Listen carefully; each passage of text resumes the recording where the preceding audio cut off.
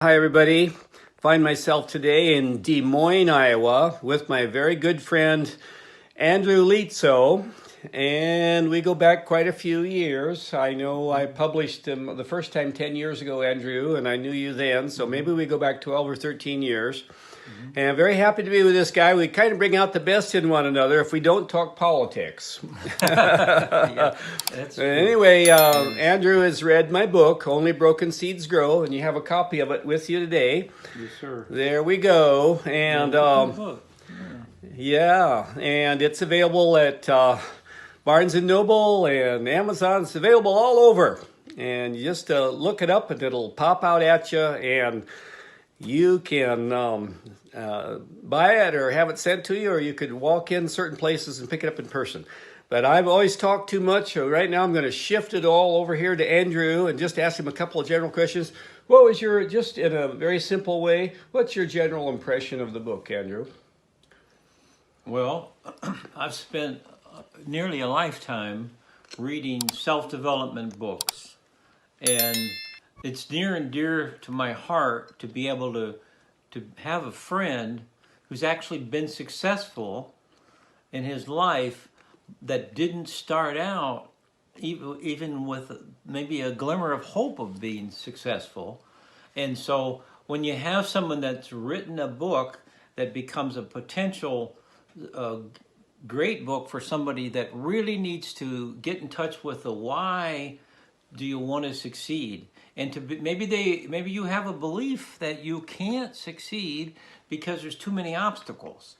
Well, what this book really drives home is that the number of challenges that you face doesn't have to be, it could have been insurmountable. Yeah. Because Steve's been through a lot in his childhood. He was not born into a family where he had opportunity preached to him daily. It was more of a, we just have a pretty limited thinking of who we could become. And Steve somehow broke out of that. So if you're someone that's challenged with a belief system that limits you, that puts a ceiling on your potential, then this is a kind of book that you can read and be inspired that if he can do it, if Steve can do it, then anybody can do it. Yep. And I would say the same thing. I just show that I was able to overcome these obstacles, and this is a book about overcoming. And we all have problems, and we all have challenges, and we all can amount to something. You just have to focus and tell yourself you're going to do better and take baby steps going forward, and you can meet these challenges, and you can be a better person. You can have more income. You can spring yourself from poverty and from all other kinds of situations that might not be the best that you've had to face earlier in your life. But Andrew, was there a particular chapter that jumped out at you maybe? I know that. Well, in the foreword, which you did ask me to write, I mentioned several that stood out to me. Yeah. Hallbeck's Grocery? Hilsabeck's. And Mom bought a little red wagon there. It was probably one of the very few things that we ever got new. Maybe it was the only thing that we ever got new.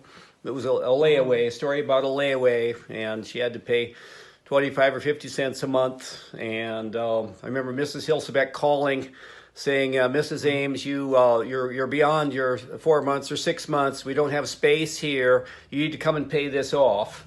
And it was a real struggle for Mom to come up with that last 50 cents to pay it off. I remember that.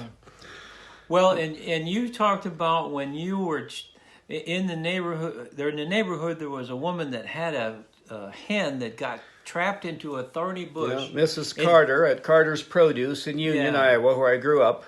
And she offered Steve a dime if he would retrieve this poor, potentially dying hen from this thorny bush. Yeah. And he got in there and got after it. So, one of the things about life that you learn fairly early on is we all get out of bed and we put on our pants one pant leg at a time. When we hit the ground running potentially, but you're going to want to get up and get going, and you got to have some motivation. And what that particular story drove home to me was that you need persistence, you need perseverance and determination, and because the going isn't always going to be easy. So that's the thing that inspires me about this book too. Is the broken seed is, of course, a reference to the actual seeds in the earth, but you yourself may be a little broken. And in fact, as we all may have are. heard. Yeah, you may have heard is what doesn't kill us makes us stronger. You know, and I'm looking back in this, this lath and plaster and the people that built this 100-year-old house, and they didn't have anywhere near the opportunities that we do with today with tools so easy to use and stuff. So in today's world, though, there's so many opportunities, you can get a little overwhelmed. Right. And we're about at the end of our time here, Andrew, but thank you ever so much. Yeah. Appreciate it. And we'll see you again the next time. And go buy the book. It's a wonderful book. Isn't that right? It absolutely tells a life story and will give you some belief that you too can do it. So good luck. Okay. Thank you ever so much. And we'll see you the next time. Bye-bye.